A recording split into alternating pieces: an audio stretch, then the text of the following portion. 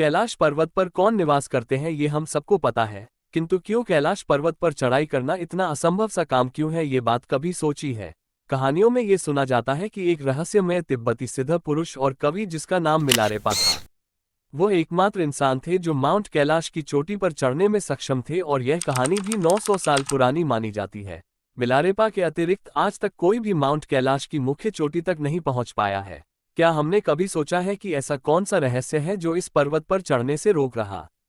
क्या ये शारीरिक विफलता या अक्षमता के कारण है, या कोई ऐसा रहस्य भी है जो मानव चिंतन से परे है? आइए कैलाश पर्वत के कुछ ऐसे तथ्य जानते हैं जिससे कुछ हद तक इन प्रश्नों के उत्तर ढूंढने में आसानी होगी।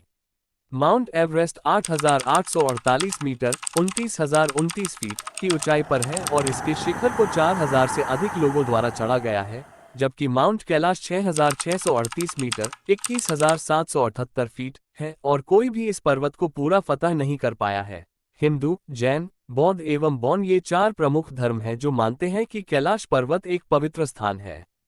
प्राचीन तिब्बती कहानियों और लेखों के अनुसार किसी भी नश्वर को कभी भी कैलाश पर्वत पर चलने की अनुमति नहीं दी जाती है। जहां बादलों के बीच देवताओं का निवास है, वो जो पवित्र पर्वत की चोटी शुरू करता है और देवताओं के चेहरे को देखने की हिम्मत करता है, उन्हें मृत्यु प्राप्त होती है। कैलाश पर्वत के शिखर पर चढ़ने की कोशिश करने वाले कई पर्वतारोहियों में से एक कर्नल विल्सन ने बताया कि जब उन्हें यह एहसास हुआ कि यात्रा सरल हो चुकी है, तभी अचानक से तेज बर्फबारी ने उनका ये काम असंभव कर दिया।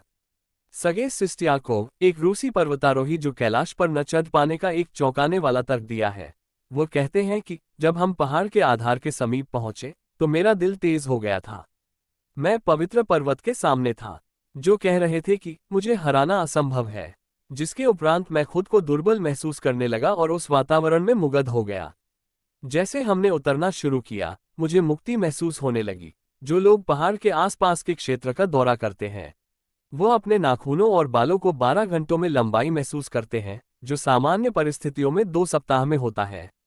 ऐसा माना जाता है कि पहाड़ में एक हवा है जो तेजी से बुढ़ापे का कारण बनती है। कुछ रूसी वैज्ञानिकों ने बहुत हद तक पहाड़ का अध्ययन किया है और इस विचार को सामने रखा है कि कैलाश पर्वत एक मानव निर्मित पिरामिड हो सकता है, और यह बहुत बड़ी असामान्य घटना हो सकती है जो दुनिया के अन्य सभी ऐसे स्मारकों को जोड़ती है जहां ऐसी ही असामान्य चीजें हुई हैं। देखे गए कैलाश पर्वत को दुनिया का केंद्र माना जाता है, जहां पृथ्वी और स्वर्ग के बीच, भौतिक दुनिया और आध्यात्मिक दुनिया के बीच स्वर्ग धरती से मिलता है। बौद्ध, जैन और हिंदू ब्रह्मांड विज्ञान के अनुसार कैलाश पर्वत मेरु, सुमेरु बौद्ध, जैन और हिंदू ब्रह्मांड विज्ञान के अनुसार जो कि ब्रह्मांड का आध्यात्मिक केंद्र है। अनेक अध्ययनों उपरांत भी आज तक कोई भी कैलाश पर्वत न चढ़े जाने का सटीक कारण नहीं बता पाया है।